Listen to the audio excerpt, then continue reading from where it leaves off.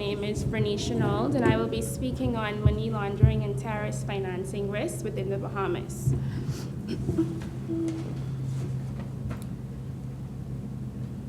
Just to give you a bit of an overview, this presentation will focus on, I will give you a brief background on money laundering and terrorist financing.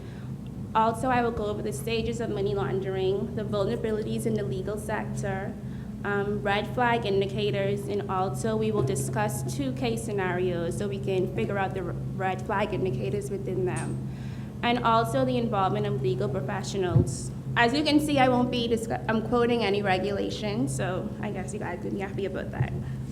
According to the NRA, the overall vulnerability rate of designated non-financial businesses and professions, DNFBPs, is 0.75 out of 1, meaning they are exposed to a high level of money laundering and terrorist financing risks.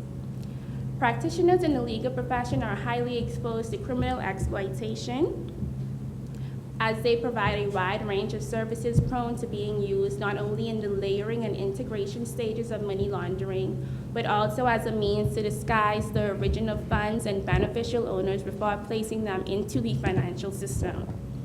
Also, the use of legal professionals to provide a level of respectability to the client's activity and access to the legal professional's client account is attractive to criminals.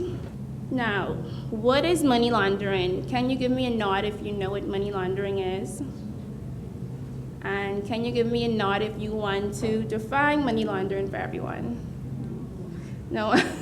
Okay.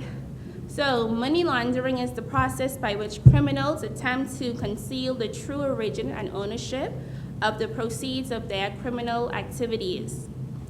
Its purpose is to allow them to maintain control over their proceeds and ultimately provide a legitimate cover for the source of their income. Meanwhile, terrorist financing is the act of soliciting, collecting, or providing funds from both legal and illicit sources with the intention of supporting terrorist activities or organizations. So while a money launderer's main aim is to conceal the source of funds, a terrorist financer's aim is to conceal the use of the funds. But to this date, there is very little evidence of terrorist financing within the Bahamas. There are mainly 3 stages of money laundering, which includes placement, layering, and integration. This is a visual of criminals, I guess a criminal of money being washed within the system. So it goes from dirty money, goes through the little washing machine. Obviously, it's not a literal washing machine. And it comes out at the end into clean money. Placement stage. This is the first stage in the washing cycle. At this stage, criminals place unlawful cash proceeds into traditional financial institutions. The placement makes the funds more liquid, since by depositing cash into a bank account, it can be transferred and manipulated easier. It also helps to avoid detection from the authorities. Having cash on you, I guess, makes you a lot more vulnerable. So that's definitely not a good idea. Layering stage. This is the second stage. It usually involves a complex system of transactions designed to hide the source and ownership of the funds. Once cash has been successfully placed into the financial institution, in the financial system, launderers can engage in an infinite number of complex transactions and transfers designed to disguise the audit trail, and thus the source of the property and provide anonymity. One of the primary objectives of the layering stage is to confuse any criminal investigation and place as much distance as possible between the source of the ill-gotten gains and their present status and appearance. Now, the final stage is integration. This is where you integrate the money into the system so it can be used without attracting attention from law enforcement or the tax authorities. Integration of the clean money into the economy is accomplished by the launderer making it appear to have been legally earned. By this stage, it is exceedingly difficult to distinguish legal and illegal wealth.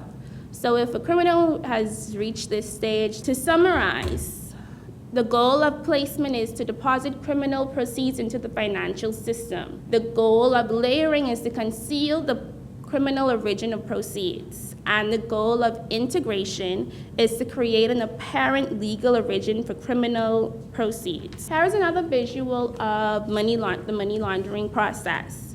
So here you have the placement going on, and then layering, brought into the financial system, and then integrating, so you create an apparent legal origin for the wealth at the end of it all. So as mentioned earlier, attorneys are, very vulnerable to being used for money laundering purposes.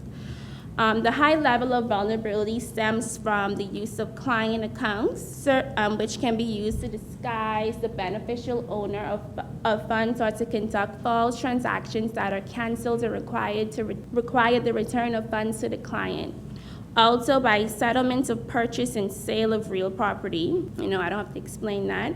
Creation and management of legal persons and arrangements, so that will be creation of companies and trusts, and managing client funds and making introductions to financial institutions. I trust that we are all aware of what those mean. Now, moving on to the red flags.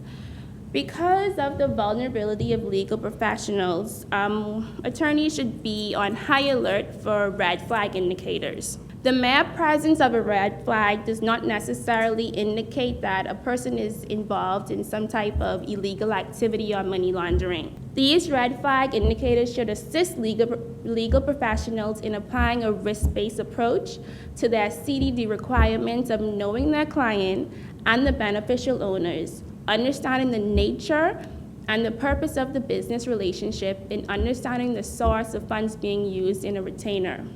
So where there are a number of red flag indicators, I'm sure you guys would know that this would mean it would be more likely that this person is engaged in some type of illegal activity. So discretion must be used. So a few red flag indicators. So while conducting business with clients, these are some areas of concern. So some questions you should ask yourself. When it comes to transactions, are transactions unusual because of their size, frequency, or the manner of their execution in relation to the client's known business type? In regards to structure, do activities involve complex or illogical business structures that make it unclear who is conducting a transaction or purchase? Assets, you should also look at, does it appear that a client's assets are inconsistent with their known legitimate income? You can also look at their identity. Has the client taken steps to hide their identity, or is the beneficial owner difficult to identify? Other areas of concern can be the behavior of the client, their political status. As you know, these people are more high risk. Documents, geographical area, and a choice of professionals. Like, is somebody pulling you to the side, asking you to do some questionable work? That is definitely a red flag. Okay, now we're going to go over a case scenario. This one is dealing with trust established to receive proceeds of tax crime and invest in criminal property. While I'm reading this, I want you guys to figure out if you see any red flag indicators, if any of them pop out at you, okay? So 2 trusts were established in an offshore center by a law firm. The law firm requested the trustee to accept 2 payment orders in favor of a bank in order to buy real estate. It appeared that the trust had been used to conceal the identity of the beneficial owners. Information obtained by the Belgian FIU revealed that the beneficiaries of the trust were individuals A and B, who were managers of 2 companies established in Belgium that were the subject of a judicial investigation regarding serious tax fraud. Part of the funds in these trusts could have originated from criminal activity of the companies. So, any red flag indicators jump out at anyone? At all? No? Okay. So the red flag indicators in that scenario were the use of an intermediary without good reason, attempts to disguise the real owner or parties to the transaction, involvement of structures in multiple countries where there is no apparent link to the client or transaction, or no other legitimate or economic reason. Also, the client is known to be currently under investigation for acquisitive crime. Okay, another case scenario, since we didn't do too good in the first one, is Legal professionals deliberately structures transactions to avoid reporting threshold in property case. An investigation into an individual revealed that an Australian solicitor acting on his behalf was heavily involved in money laundering through property and other transactions. The solicitor organized conveyancing for the purchase of residential property and carried out structured transactions in an attempt to avoid detection. The solicitor established trust accounts for the individual under investigation and ensured that structured payments were used to purchase properties and pay off mortgages. I will say again, they did this to ensure that structured payments were used to purchase properties and pay off mortgages. Some properties were ostensibly purchased for the individual relatives. Though the solicitor had no dealings with them, the solicitor also advised the individual on shares he should buy and received structured payments into his trust account for payment. Purchase of properties for family members where there is a lack of personal contact without good reason raises doubt as to the real nature of the transaction. Also, third-party funding warranting further consideration, and also significant private funding, and the transfers are structured so as to avoid the threshold reporting requirements. The last area we will look at is the involvement of legal professionals in money laundering and terrorist financing, which I'm sure none of you in here are involved in. Legal professional involvement in money laundering and terrorist financing can range from innocent involvement to complicity. Innocent involvement could be when none of the red flag indicators are apparent. Complicity occurs when the legal professional has actual knowledge of the criminality in which they are involved. So here you can see, innocent involvement, no red flag indicators are apparent. And unwitting, basic customer due diligence was undertaken and some red flags, but I guess some were missed or the attorney didn't understand everything. So that is, you're doing it, but you're not fully aware of it. So you're still innocent a bit. Okay, and when the red flags are identified, you can either be alert and proactive, or you could be willfully blind, you could be corrupted, or you can be plain straight out complicit. So alert and proactive would mean that it's a low level of suspicion, required and proceed with caution if appropriate, or stop acting.